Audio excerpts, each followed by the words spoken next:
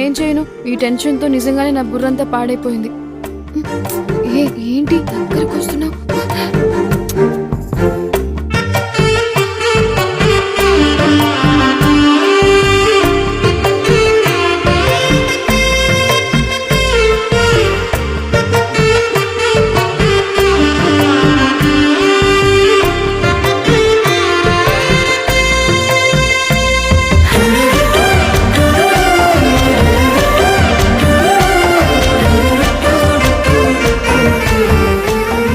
వచ్చావు కదా, నాకు హెడేక్ గా ఉందంటే టాబ్లెట్ తెస్తావు అనుకున్నాను.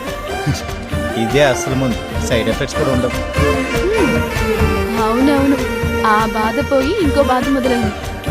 సరే నువ్వు వెళ్ళు, 4 రోజులు ఎక్కడికి వెళ్దామని చెప్పాను కదా, నేను కాల్ చేస్తాను. ఓకేనా? బాయ్.